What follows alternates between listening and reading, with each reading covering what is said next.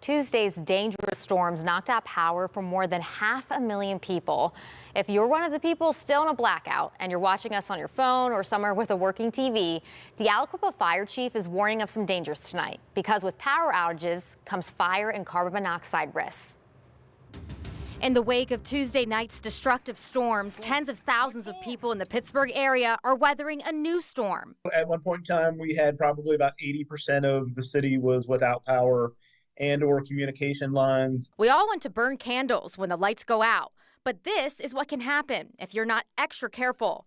This home in Aliquippa caught fire in the middle of the night after the storms. The city's fire chief, Tim Ferich, says a family of 3 is now displaced. They had lit candles, gone to bed due to the power outage, and woke up to the house filled with smoke. Came down the stairs and realized that the dining room, the kitchen, and part was fully engulfed in flames. The living room had begun to burn as well. So they barely escaped. Your safest bet for seeing in the dark? We would always suggest using something battery operated. Flashlights, lanterns. Candles are not a problem as long as they're attended and somebody's sitting. Many neighborhoods in western PA are filled with the sound of generators. They're helpful, but they can be dangerous. Aliquippa firefighters stopped this fire from spreading to the inside of a home Wednesday afternoon. A pretty significant fire where there was some type of mechanical failure with the generator that was operating on the porch.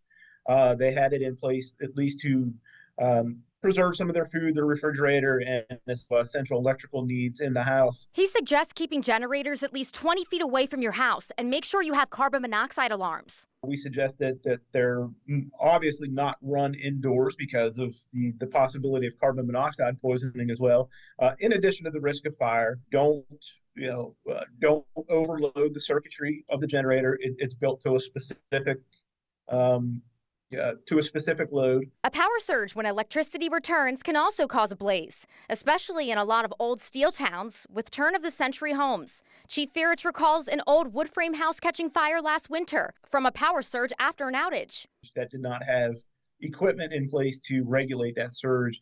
And what had happened is the surge had come through the power lines into the breaker box. The breaker box had exploded, and then when sparks and electrical appliances had caught the structure itself on fire.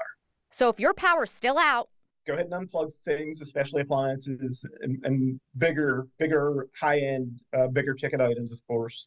When the power does come back on, we can begin putting appliances back in place and back online.